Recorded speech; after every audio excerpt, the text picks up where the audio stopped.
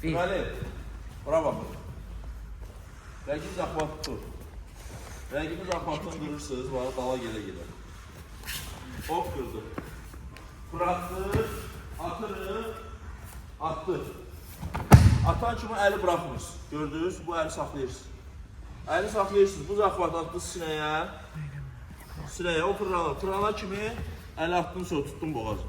Boğazı atan kimi yenə də bir yaxın böyürəm. Keçdim. Hop. Doğuram. Bir də. Biləmə tamam. Bax. Yanıb. Hop, qırdım zaxla.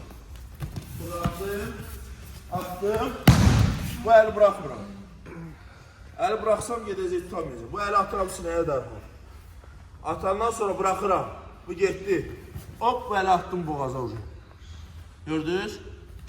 Atan kimi bu əli attım bura. Burada çoxsunuz, başlayırsınız bunu belə sıxmağa. Sıxmaqla boğulmayacaq. Mütləq oturmaq lazımdır, şu. İndi boğulur.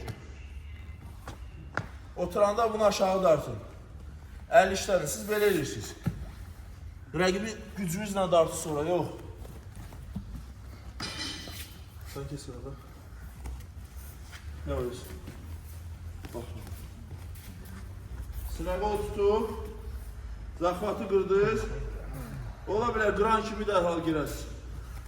Qırdım, attım, zahvat, sinə. Bunu tuttum. Əsas bunu tutmalıdır, sinəni.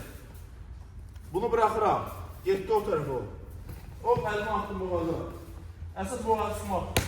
Şalvarı tuttum, dartıram özümə. Var burada. Baxdım. Tut.